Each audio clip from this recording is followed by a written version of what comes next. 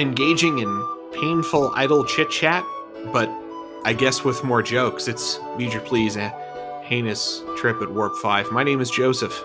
And I used to be your co-host until I took a mine to the knee. Peter. Folks, if you're interested in more fantastic intros like that, the rapier wit of Peter reflected against my straight man routine, by all means, join our Patreon. We have extra content there available, including coming soon to you, a review of Lower Decks, of Strange New Worlds. I want to do Lower Decks. Maybe Lower Decks later, but Strange New Worlds. So we've talked a little bit about in our normal episodes that we've watched it, and so we're going to do a formal review of the first season, and we'll do that as our next Patreon episode. What you just recently listened to on the normal feed was our Generations review, so we rolled those out to the feed after a few months. But as a thank you to the paying customers, we'll keep it for quite a while. And also thank you to Archivist Prime on Twitter for informing me that apparently 16th of September is officially Weakest Shit Day, or at least it has been dubbed so, because that is when Neelix showed up on his Star Trek Day calendar. I like it. Because it's kind of like a crappy day in the middle of not quite fall, you know? It's a tail end of summer. It's a good time. It seems bad when you first think about it, but then you warm up to it pretty easy, and by the end, maybe September 16th would be the best. Now, Neelix, of course, is not the weakest shit out of Voyager. That would be that bullshit out of Chitrell. But, I'll take the appreciation any way I can get it. I got a question for you. How deep did you get into Orville Season 3? I have not yet started it. Oh, really? Did you watch Season 2? Yes, I did watch Season 2. I really dragged my feet because Season 1 was pretty good. It was interesting. And I don't know, something about them being a little bit I saw felt like they were almost cosplaying Trek instead of being earnest about it. I liked the first season because it was clearly a comedy, but still had that a Star Trek feeling to it. And it felt like in Season 2, they were trying to make it too much like Star Trek. I don't know, man. Season 2, looking back through the... Because I was getting ready for Season 3. Looking back through the catalog, man, they fucking kill in so many episodes, and it's so good.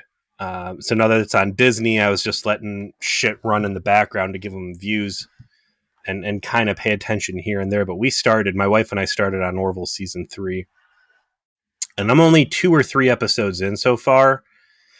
But I look forward to discussing that with you. The second episode especially, fucking good.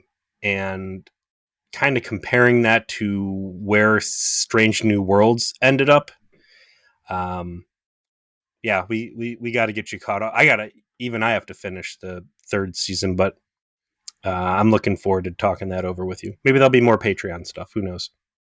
As I said, I don't think I love Orville as much as most people, because I just feel like it went from house style parody to facsimile, and it's not bad, but there's always something didn't quite strike me as right about it. But with that kind of firm, I need to talk to you about this vibe, I will definitely watch it so that we can do that. I like it. Speaking of some firm vibes, we're going to be getting plenty in this one. Season 2, Episode 3, Minefield. What if you could make an episode that was Shuttle Pod 1, but even I didn't like it? I would make Minefield. What if you could make an episode that was Shuttle Pod 1, but not dog shit, so I liked it? You would get Minefield. I don't understand either of us anymore. I was so bored watching this. I was so bored, dude, because everything with Reed and Archer was so boring. I was just like, could you just get done with these really stilted, slow dialogue you're having in EV suits? Here's my criticism. No activity on screen. This is my criticism for Minefield. Is this has a little bit of Barge of the Dead syndrome, where they finally figured out the right way to tell this story. But unfortunately, it came after they fucked the story up 2 or more times previous, specifically Shuttle Pod 1. And then I would say maybe to a certain extent, what was it, 2 days, 2 nights or whatever? Mm-hmm. And the episode they're trying to tell is, how do we make people give 2 shits about Reed? And the answer to that is not make him a sleeper rapist and substitute Trip for Archer. And hey, sprinkle in a little bit of Romulans, and now you're cooking with butter. I mean, the very best parts of this episode are clearly the ship is damaged parts. So too often in Star Trek, the ship getting beat up or rocked or damaged in some way is not even window dressing. It's like a couple panels or somewhere off and on the hallway set or something like that, and you got some lights going, maybe a smoke machine. Damage to the starship is never feels like it's urgent, and it takes away a bit from what you're watching. But here, the ship getting pounded on by a mine and having a whole chunk of its bulkhead missing has definitely feels like it hurt the ship. It's causing problems. Like fucking Trip has like grease everywhere and he's trying to make sure everything's still fucking working. It felt like the way getting a piece of your ship blown off should feel. Minus the fact that nobody dies. And on that, real quick, has Enterprise actually lost a crew member yet? I don't think they have. Did no one die in the first? Did no one actually die? There were some traumatic butt probes. There was traumatic butt probes. There was attempted rapes / kidnappings. There was a guy who got twigs in his head because of the transporter. Did no one die? More people died in the IRL cast than the IC crew. Oh, yeah. Rest in peace, Crewman Cutler. Mm-hmm. And no one died. No one died. That's kind of maybe like if anyone died, it was in like a battle scene when they said 2 dead, and then didn't I don't even think there was that. And in fact, when they had like as they were selling the damage the ship takes, I for sure thought there was going to be a line in there that Crewman Cutler was amongst the dead to try and like explain that away. But the more I thought on it, like I see that being in poor taste, killing the character because the actress died in real life. I think he would only pull that trigger to have the character die because the actress died in real life if you actually made a plot point of it and then like focused on the character as a cut in for talking about the actress as a memorial. Like that is like a classy enough move. But yeah, other than that, you would want to just step away from it. I mean, this is the Dark Knight Rising problem, right? Like, why does Dark Knight Rising not work as a film? Because they could not even mention the Joker. Like, when you watch that movie, you're like, something is missing. Something didn't quite work about how they put this together. Well, it's because they couldn't actually talk about even mention what happened with the Joker. They were the Two-Face killings. That's how they euphemized the Dark Knight. So they didn't have to talk about the Joker because they felt like doing so was going to dishonor the memory of Heath Ledger. So you just don't, and your movie kind of like kind of gets a little bit butchered as a consequence. So yeah, they're not gonna mention Crewman Cutler. In the spirit of having a hard time talking about something, we're gonna open up the way that all Enterprise episodes open it up, and that's with the food budget. We got a special little dinner going on. Actually, it's a breakfast, I think, and you got Reed showing up at Archer's personal dining quarters, where he has had chef prepare his famous eggs Benedict, and Archer just wants to shoot the shit as he frequently does, but that is not the way that Reed is wired, as we will find out. He is as awkward as a guy who is about to go have breakfast with his boss. It could possibly be. He's not friends with this guy. He reports to him as a senior military official as far as his interpretation of the relationship is. That is for yes, sir, no, sir, as you say, sir. Here's a report, sir. Sharp salutes, reports handed off, immediately, and work tended to as if it was a matter of life and death, because it is for him. And he goes in to have a chat, and he's just like, nope, I do not have this capacity. I'm not going to talk about soccer with you. I'm curious during these scenes if Reed is genuinely this boring, or if Reed is not doing anything from his end to try to make the process uncomfortable and discourage Archer from doing more of it. Because everything we've seen about Reed, like, cut all the creepy creeper jokes out, right? He's disclosed that this is me trying to give the character of Reed a fair shot. Reed has been on my shit list for a long time, and I think this is the first episode I've seen in a while where I'm like, all right, this is someone that I don't mind being on screen right now. Everything that we have seen previous to this indicated that Reed has a hard time making friends. If we jump back into Shuttlepod 1, he discloses as much and says, you think I'm happy being in this situation. I was just beginning to enjoy the fact that, like, for the first time, I was making connections with the crew. This is all bad timing. Like, I do not want this to happen. But I could buy that Reed just has a weird personality and he has a very hard time connecting with perhaps other men. Because we know he certainly feels comfortable enough around women who are not coworkers. Yes, very specifically. He will not bang a coworker, but if Lucy at the bar, 120%. Apparently he's nailed them all in San Francisco. But I think it's 70 to 80% he is uncomfortable. 20 to 30% he trying to discourage Archer from doing it.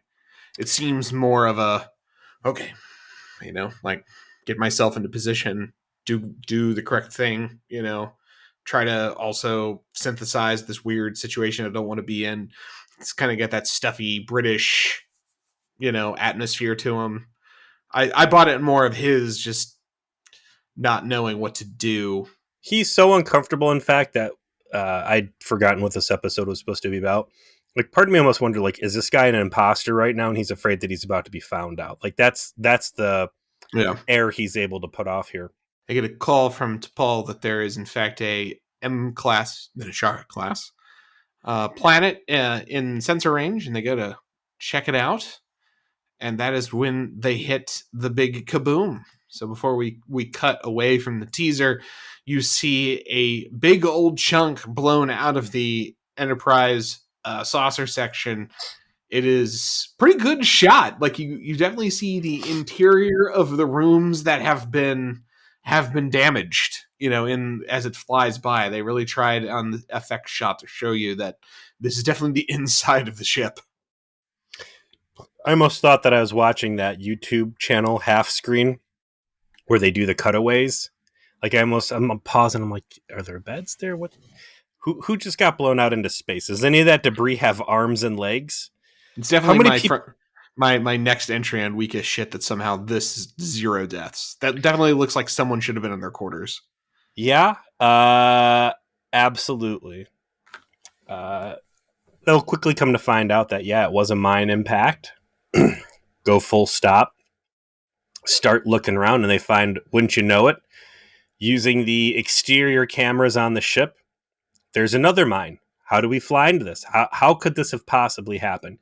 And here's a rickety point in this episode, because they Archer asks, I don't know, to Paul or someone else, like, hey, do we still have those cheated up duct tape popsicle stick anti-cloak vessel detectors that that Edward Zuckerhands gave us back in Shockwave Point 1 when we started cheating like crazy? And it's like, you better. Anybody who would dare uninstall your ultimate cheaty weapons, you need to throw their ass in the brig. That's a Suluban saboteur. And they go, yeah, we got it. They pop them out. They got to get the rabbit ears and tune them a little different to the Fox viewing position. But slowly, we see a minefield flickers into view. And jumping ahead a little bit, the owners of this minefield will later come to police their claim on this planet. And at first I was like, okay, this is a honeypot, right? Like you've got this beautiful marble of a planet floating there, broadcasting all its Menchara class beauty, inviting come people. Get this potable water. Just come get it. Get the water. Get the, I don't know, maybe the psycho inducing spore clouds or whatever else might make you get shot in a cave down here by a coworker. Come on down, check it out.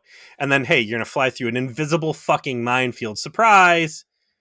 It was a honeypot. Now we've got you. We're space pirates, or we're just fucking murdering psychos.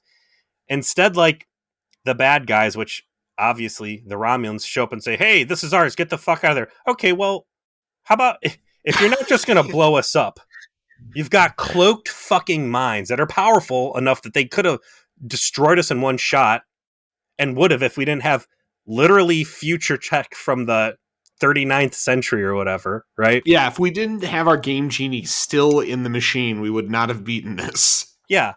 And then you're going to show up, shoot warning shots, and say, hey, go away. And then be very patient with us. Like, do you want to kill us or not? Because stealthed mines really seem like we want to kill you. But then everything else, like, you kind of went a little bit out of your way to let us get away so that we can, tell other people about your cloaked mines? This does not come together perfectly. How about this? Either you say, we don't want you in this planet, and then you have, I don't know, a visible minefield of death with maybe some cloaked mines in there too. Or maybe your cloaked minefield with a big billboard saying, don't come here, there's cloaked mines, we're going to fucking kill you. Or you might as well just go ahead and put out some fucking punch and pie and say hello to the neighbors that might stop by, because that's lots of mixed messages here. What are the Romulans except mixed messages, though? They're always trying to play 4D chess. According to Decipher CCG, they are treacherous, which I don't know what part of this is the treachery. I guess this is just maybe rabid infighting, and this is like one commander sabotaging the other commander's work of like, if you want to be a nice guy, I'm going to surround the planet in invisible mines. I mean, that even Romulans playing 4D chess against each other. Yes. I like that. That. Mm-hmm. So, as you noted, they get into the mines. They have continuity with their hacks, which was credit where credit's due.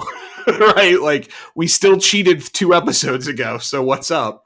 Daniel's is so busy cleaning up the mess of the future, he hasn't time to go back and be like, hey, by the way, you got to give us back all this fucking info. And I'm going to Men in Black time zap you a little bit, too. And they find the mines. They try to escape them, and Romulans will eventually show up. But the main courses of action here that are important to the storyline is Reed says, well, it's a mine, and I'm the guns guy. I'm the one who's actually diffused explosives before, so I'm going to go out there and check it out. And then B, Hoshi gets a concussion, so she cannot immediately assist in translating. Talk about Chekhov's gun. Yeah. Oh, we got to make sure we interfere with communications. Oh, Hoshi, look out, a head wound. What? I think that's the first time I can remember, at least, where a bridge-based improvised explosive device disguised as a instrument panel has blown up and actually somehow directly inconvenienced made bridge crew. Usually it's some random red shirt that gets fucking thrown launched across the bridge or something like that. Like in like Generations, the mother of all IEDs explode, lifts them across and over the tactical station. Yeah, like that dude was going for the fucking pole vault world championships. So as soon as she got tagged by that thing, I'm like, well, cue the we can't communicate subplot. They're trying to figure things out. Reed goes out. He gets his spacesuit on. He floats out there. He reveals to us, and this was, gosh, what was it? Conspiracy? Was that the name of the episode? Which was the last time we really forced to pay attention to a term. And that's what these mines are made out of. Tri-cobalt explosive mines. Like, yeah. What fuckery is this? You're telling me shit from back in the sticks and stone days? This is what Voyager was rolling around with that was powerful enough to take out the caretaker array? I think now we know that the actual... God, it was such a good episode. Well, There was groundwork for a good episode. Conspiracy? Okay. Yeah. The Voyager conspiracy. So, yeah, there was an interesting idea of Seven like going conspiratorial and turning people against each other on accident, on purpose, and all of that. We will meme forever the idea that the problem was solved by Janeway and Chakotay showing up with guns to confront each other. Stupid. Like, I was just impressed. That accelerated very quickly. Like, it was a crap episode, but it was cool that they picked that one thing out of the fucking pilot and made like a very compelling argument. So maybe, yeah. Who was supposed to be there? Were they working with the caretakers? Someone, or was it working with the Cardassians? Oh, that's right. It was all a Cardassian plot. Maybe the Cardassians, while they were tearing holes in the fabric of time and space, accidentally went back to the past, and they've gifted the Federation then with these tri-cobalt devices too. Well, so if you didn't listen to that episode, the concept of a tri-cobalt explosive is treated as if it is some sort of mythical space WMD, and that it was particularly odd for Voyager to be equipped with what is essentially siege weapons to blow up star bases with on a hunt for terrorists. And so to hear tri-cobalt invoked in the mere 22nd century did in fact raise my eyebrows as well. I raised my eyebrows to how bad the CGI, despite the cool hull damage, when they show Reed walking on the exterior of the vessel, it looks so shitty. And just as I start writing in my book that it looks like trash, they zoom in, and then you've got like practical hull plating floor pieces, which looks fucking sweet. And I love the fact that every plate of the hull has a unique identifier printed on it. Yeah, that's very Navy. It was a custom-made part, right? They built Enterprise. Every single thing on it had to be made to be specifically on it. Like in real-life space stuff, when we built the new space telescope that they just launched a few weeks ago, I think. That is not a thing where you have any parts you buy off the shelf at a fucking Best Buy. I mean, like, you have to have custom made every single fucking gizmo in this giant, complicated scientific instrument you're going to launch into fucking space on a rocket. Just think the scandal if it came to light that there were parts of that were purchased off of Wish.com. Our multi-billion-dollar space telescope has got some fucking cheap wires that we got off of Alibaba. Oh no, the Chinese got to us in the end. Yeah. So Reed's out there poking around, and he sees that the mine has attached itself with some extendable legs, that for whatever reason the mine did not go off. The mine's in a terrible spot because it's right next to what I'm assuming is basically an engine assembly, something real bad enough that later on they're going to discuss the idea of potentially detaching the hull plating to let the entire mine float away, which I thought sounded cool as fuck, and of course is hilarious because of the Lower Decks episode about shedding hull plates, which is a Red Letter Media joke about shedding hull plating. Like, it's just the gift that keeps giving here. But Trip's like, listen, man, there's serious business under those hull plates, and that is not stuff we necessarily want exposed. Yeah, Trip is well used in this episode as, like, he feels more like the engineer. Like, it's the grease on the face, man. They get him in the role. Well, it's not just the grease on the face. It's also him, like, there with his people. He's shouting. He's pointing at things. It's all made up space, blah, blah. But it all feels very authentic. Like he's in a working engine room. And he is trying to keep this machine together. And it is undergone a shock. And you get that feel more. He's in his element in that. Where the episode starts to drag itself into the dirt is where, because Reed is on the hull while they're maneuvering with the maneuver stick out of the minefield, as Mayweather has his best scene of the season where he's just staring. Season or series? Series, perhaps. Where he is piloting the ship with just this look of just steely determination. It is his best acting. He does not speak. the mine moves, and to make sure it doesn't wobble off, it shoots out another one of its spikes. Unfortunately, this spike tenderizes Reed's thigh and nails him to the deck plating through his Stakes leg. him is Yeah, the word you're looking for. just boom. Ooh. Luckily for Reed, these ancient sticks and stones spacesuits they're using have self-sealing lubricant. It's like self-caulks around the puncture spot, and the suit stays pressurized. Very nice. Real shame they didn't have those in First Contact. No tri-cobalt devices and no cool EV suits. Nope. Lost technology to a forgotten age. Let's go to the scorecard here. This is leg injury number 2 or 3 for Reed at this point. Because he got shot in Terra Nova. Correct.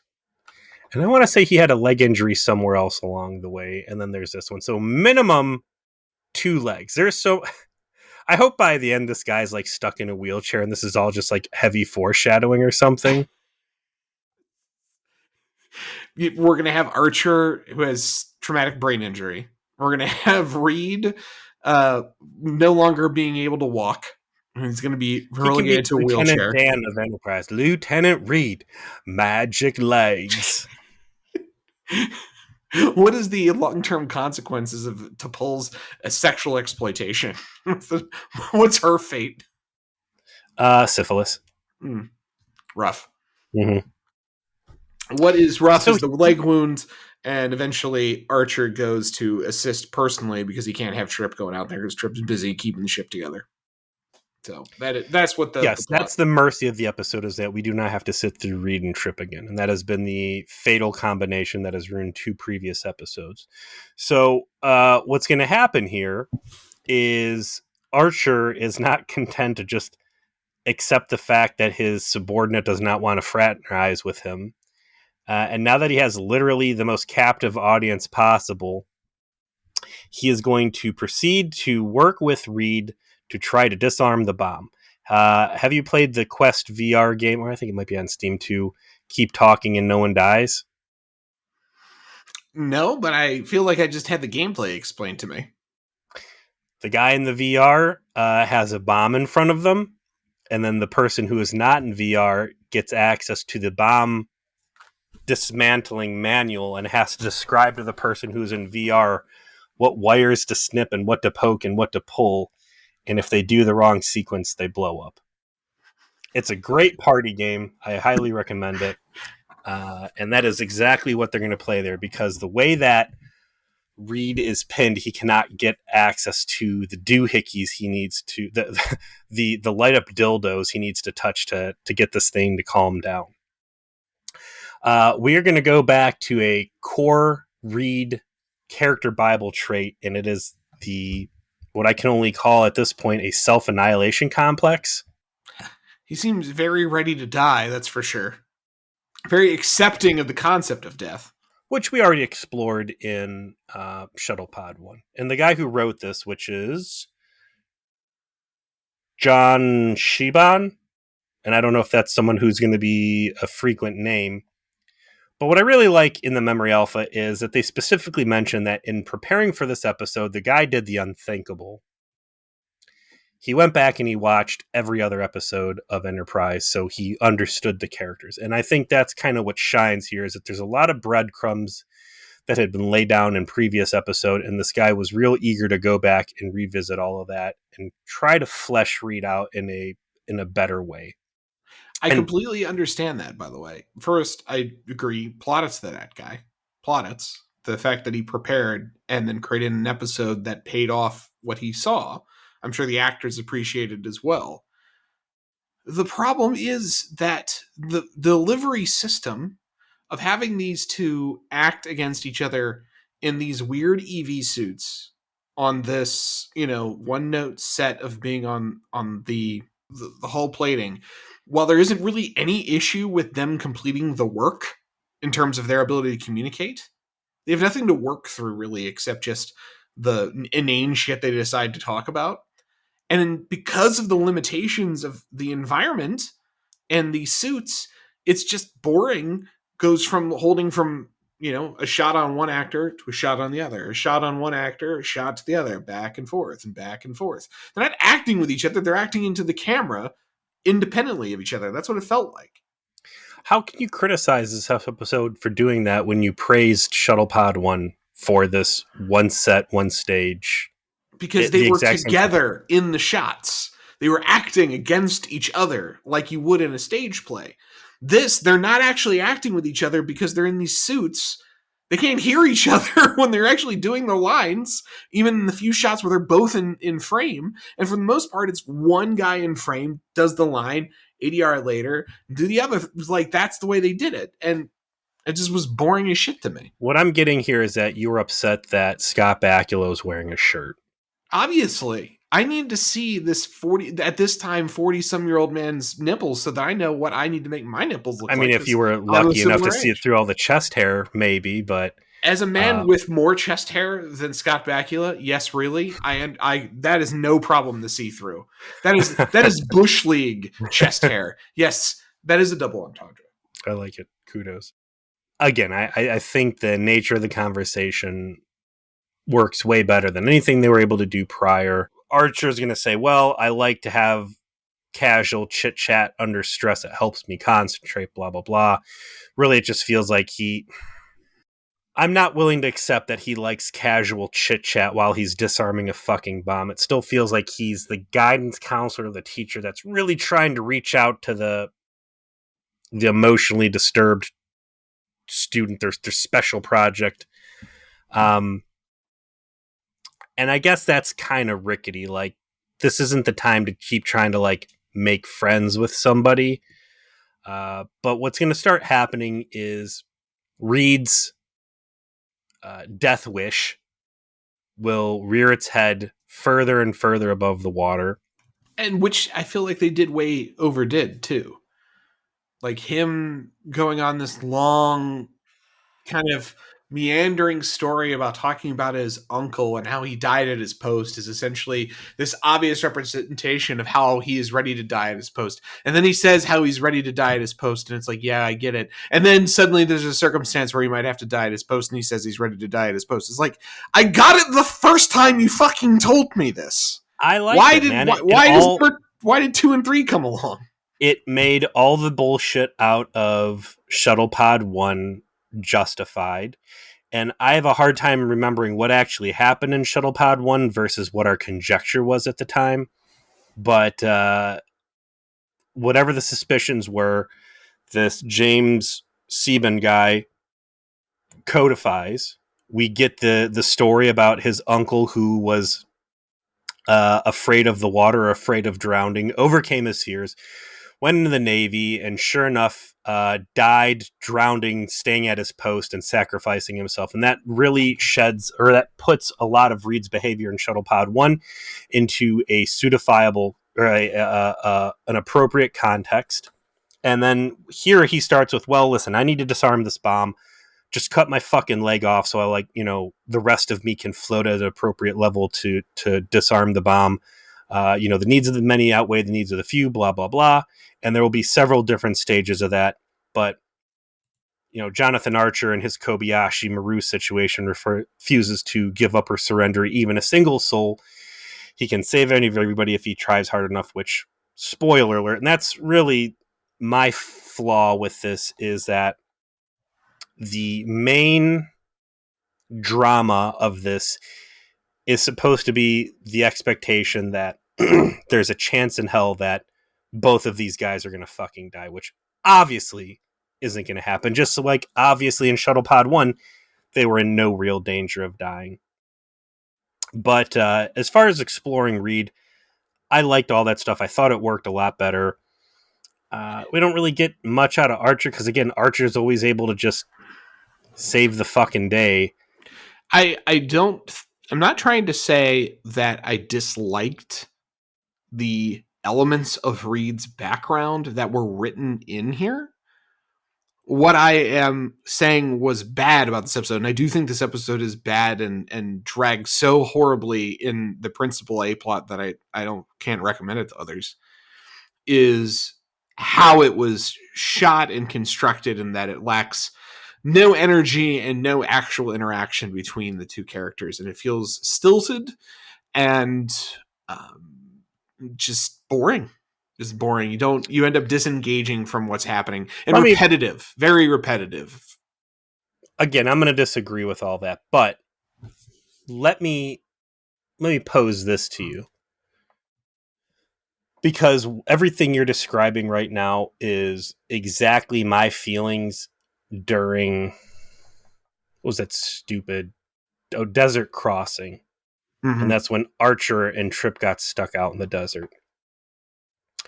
Is the problem Scott Bakula, or at least the character of Archer? Is there something about Archer's behavior or Archer's portrayal when he is left alone with another character for an extended amount of time on screen? That is possible. I think you and I disliked that part of Desert Crossing specifically because the plot they had working before the desert survival piece was much better, and then it just doesn't really end up going the distance. Yeah, but if they would have made the stuff prior to the desert survival scene worse, it would not have made that part better. That Archer being cooler, or Archer being healthier, or Archer being more competent than the other person in the scene is a recipe for disaster. And in Desert Crossing, Archer was the cool kid and Trip was the fool, or the disadvantaged. In this one, Archer has the upper hand, Reed's at a disadvantage. I'm trying to think if there's any other situations where he has been stuck. Archer was the similar dynamic played out in the Andorian incident, when they went to Pajem, where Archer is the principal character and he's mostly interacting with T'Pol, and he is very cool in that episode, and he does he's better than everyone. But I think in that episode it works a lot better, mostly because he's like fucked up at the end. Like he's all beaten and bruised. That other episode's much better because Jeffrey Combs. Yeah, Jeffrey Combs helps, but is Jeffrey Combs just so good that it made Archer feel more interesting, or did they do a better job of Archer being interesting in that episode? It wasn't Archer one-on-one with people for like 10 minutes plus. And that's what Desert Crossing was. That's what this is. I will be curious. It's something we need to keep an eye on the next time it pops up, because I think you're onto something, but I'm not sure you're right yet. He was bad in Dear Doctor too. If you think about it, like his conversations with Phlox, like he wasn't very convincing in those. He didn't really carry it there. Well, I'm glad you brought up Dear Doctor, because I thought you were going to try and stick with this thing where we pretend it didn't happen. Well, Don't worry, I'm pretending that the genocide didn't happen, but the bad acting is still on the table. Bad acting is on the table. It's the genocide we had to take off the table. You got to put the genocide aside, Peter. It was a long time ago. Speaking of denying things, I this is a good point. I don't know where it gets brought in, but someone says, hit from a mine left over from, and I quote, some world war. I think there's real evidence here that World War III did not happen, that it was fabricated. It was a figment of the Vulcan media. That there was this is becoming a real kind of cottage industry for you, that you are establishing the field of skepticism for Star Trek World War III. Not skepticism, flat out denial. I mean, there could be a documentary here in the future where you're on the case proving that this did not happen. It's not. Maybe real. I'll get a Dragon Con panel. And I get to really flesh this out. The weakest part of this episode for me is the belief, and it's funny too, because in Strange New Worlds they brush right up against the Romulan thing, and that's a lot of the stuff's fresh in my mind. The first time we really see the Romulans is in the original series, right? And that's a big reveal, like, oh god, Romulans, and then obviously they touch on it in Strange New Worlds. Spoiler alert. Here they've gone back to the well in the same kind of acquisition, needling the rules, skirting the edges of what's acceptable. The Romulans have been off the board, right? The notion that somehow Reed has any fucking clue whatsoever as to how this bomb works is fucking ridiculous. Unless there's a third-party arms dealer who has sold mines or detonators or some sort of explosive technology to someone else that Reed has some contact with, and also the Romulans. Like, or some kind of leftover tidbit from Daniels, because they did touch on that. They've got the cheating stuff. So, oh, hey, Captain, the same sensors that we were able to use to detect the mines have allowed us to scan the technology. And I am a techno whiz kid, and I can interpret these things. Which I still don't buy. At least it would have provided a bridge. It might have been a rickety one. It might not have been the best one, but even that's better than just, I hacked it with my tablet. The way to do this for me would have been like, whoever, I've seen these bombs before. They're open, they're available on the open market. They must have outsourced these bombs. Right. I've been trained in this. And they have a space for that dialogue because they talk about how it was like a spatial torpedo or something, but they don't frame it up in a way that helps explain the familiarity. They made this effort at it, but it wasn't correct. Yeah. They also, part of Reed's story I wanted to talk about, going back to Zunkel, this strong naval tradition in Reed's family that Reed ultimately was not able to follow, which, going back to, what's the birthday cake episode? It's the butt plug one. It's the butt probe episode, probes, with the attack from Mars guys. His dad kind of disinterested in Reed's groundbreaking achievements of being part of the Warp 5 project. Because, antiquated boats is just that much cooler, I guess. Yeah, well, Reed couldn't serve in the Navy because of this this fear of drowning. So, we look at the convoluted timeline of Star Trek, including the World War III that definitely did not happen. Along this Reed thing, like, where does a wet Navy possibly fit in? Yeah, I was going to bring that up too.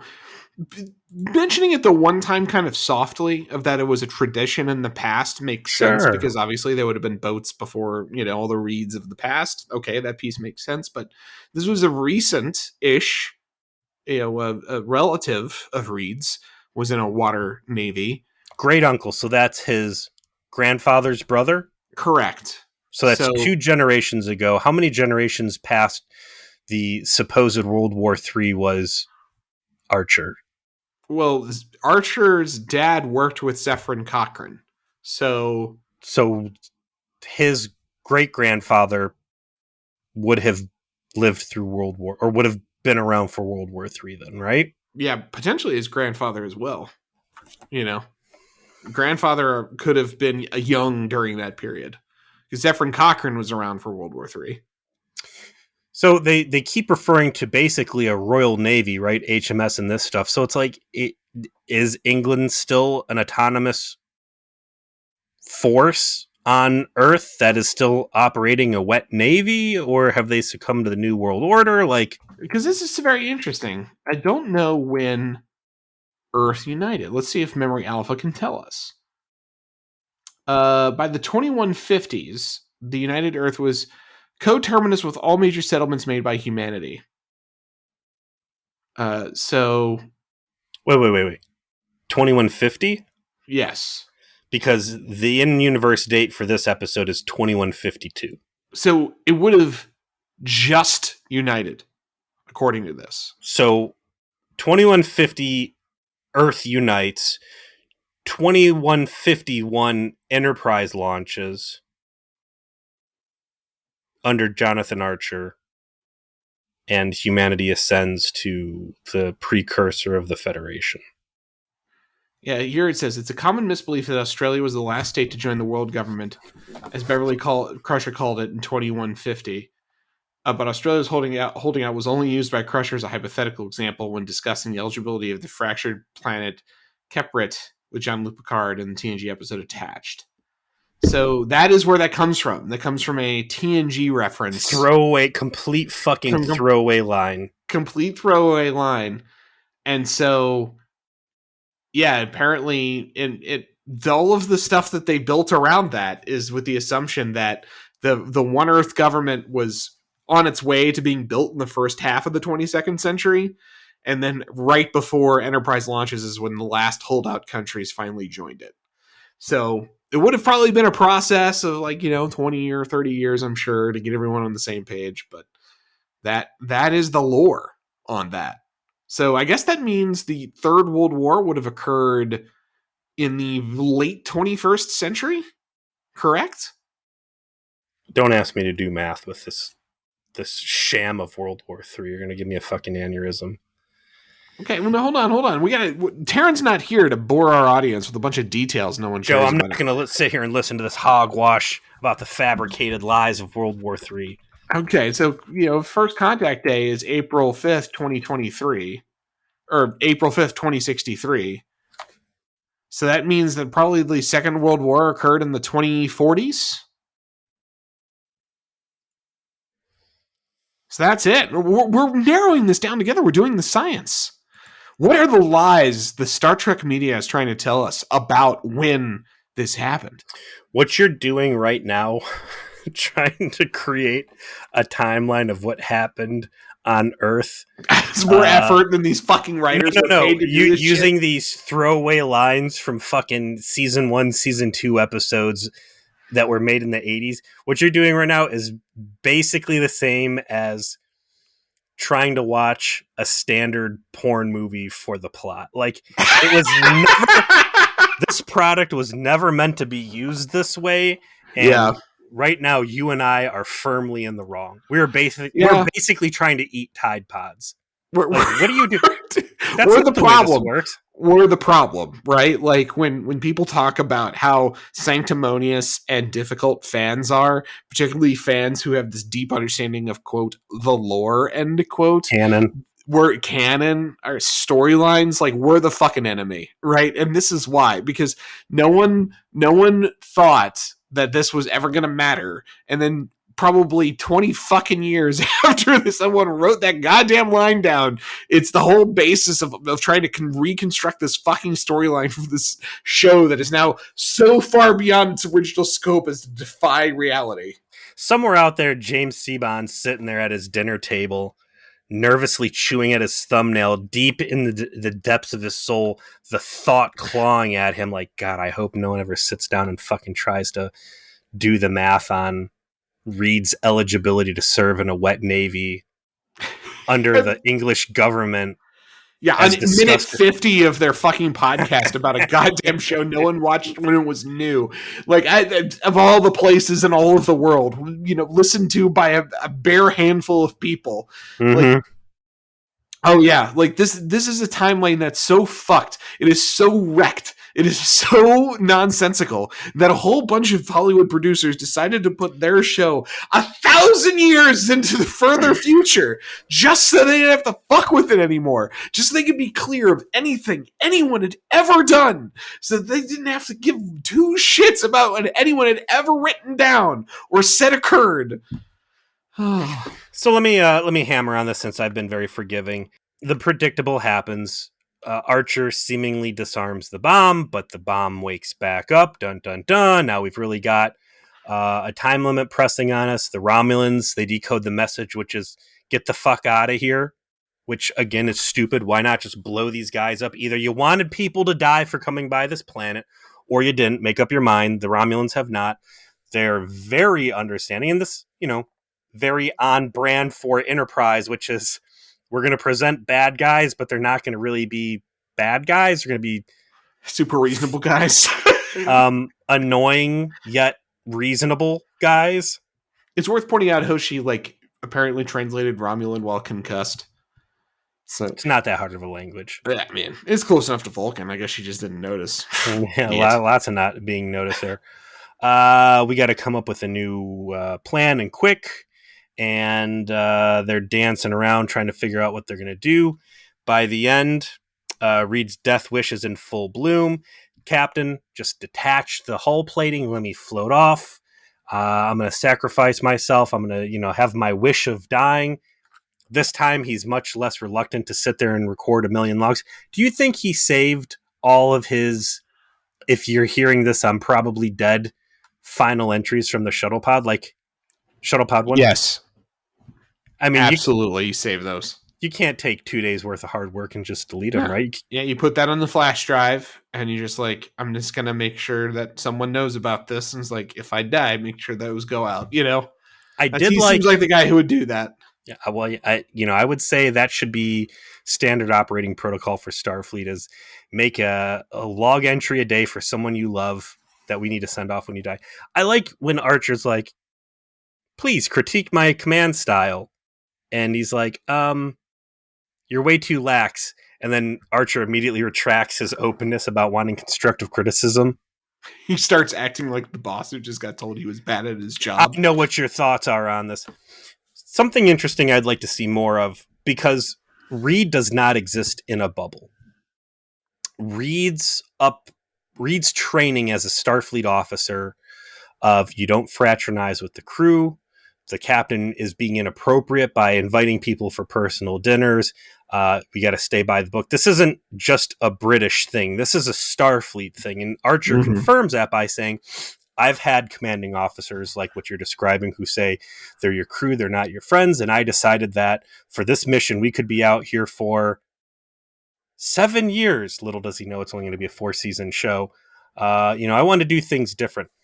Are we going to encounter other Starfleet officers who come from the Reed school of thought? This is not a line that they tend to explore. We have very limited contact with other Earth Starfleet vessels.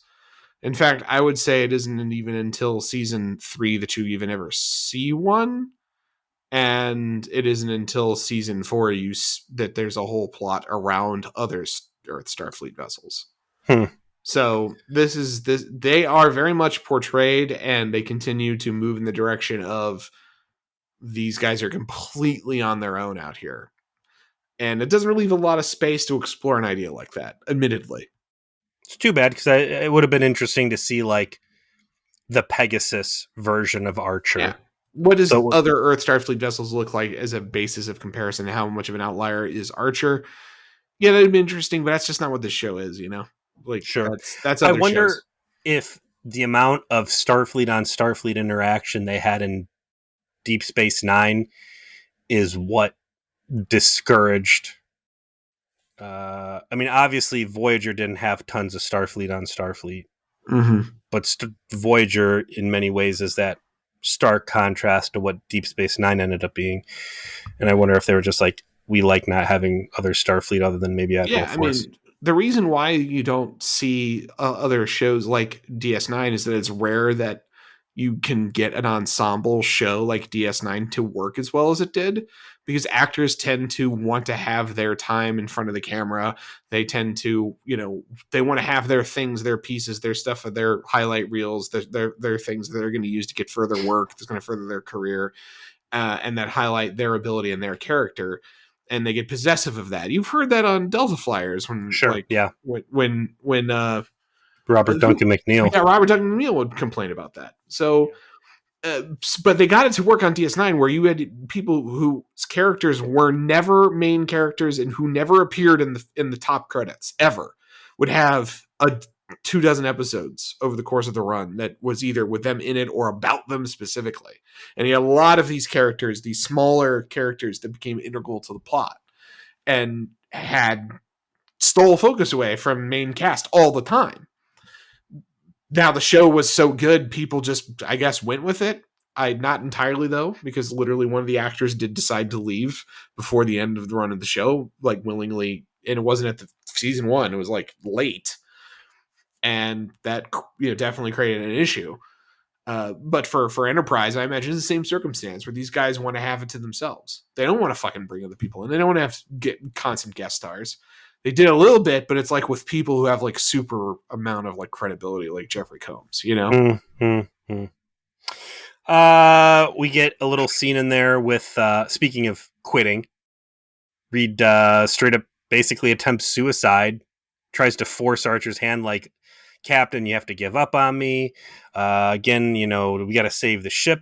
He pulls his air hose out, tanks all his oxygen out into space, starts slipping off, and Archer's like, oh darn, here, let me give you all my air. Now you're back.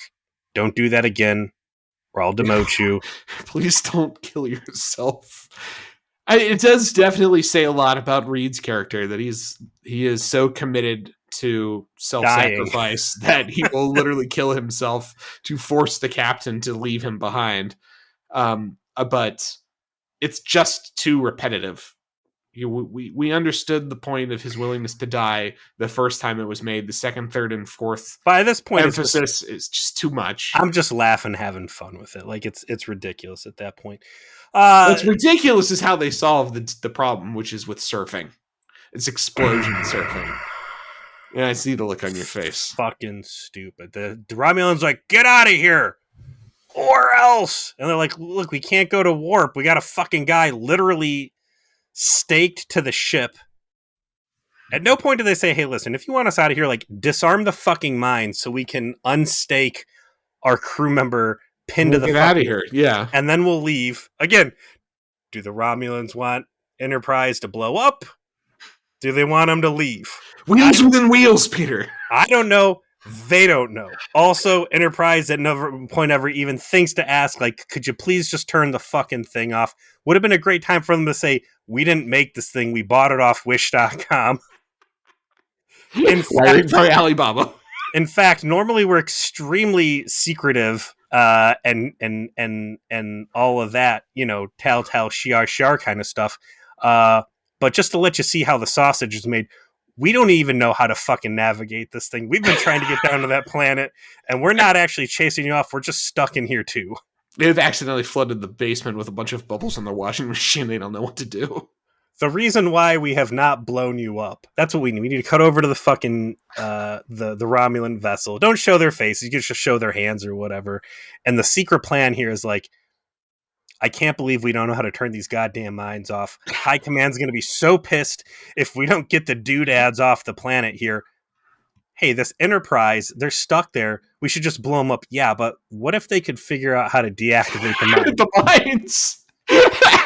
We can hide this fuck They're up. sitting there with fucking binoculars watching exactly what Archer's doing with his fucking space clamps. And they're like, okay, turn it to the clockwise, 70 degrees. Okay, all right. Yeah, and they got like the fucking satellite dish little radio things with headphones, like listen to what Reed's saying. Good. Now we finally know the combination. They're going too slow. All right, shoot more over their left nacelle. Like really motivate them. They're like, get the fuck out of here. And they're like, but someone's stuck there. And they're like, well, fuck that one guy. Get out of here. We're going to blow up the whole ship. Jump to the solution, which is ultimately detach the plating, which is cool. Very cool. Very neat idea. Floats off. Archer has one of these. I've got an idea, but I'm not going to take the 3 seconds to fucking explain myself.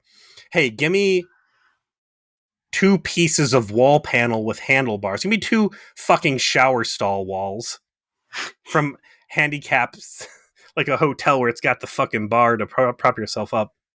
There's either 10 or 20 seconds on the fuse after we arm this thing. We're going to cut your leg free. And then we're going to pivot around and hold the shield so when it explodes, it harmlessly whisks us away.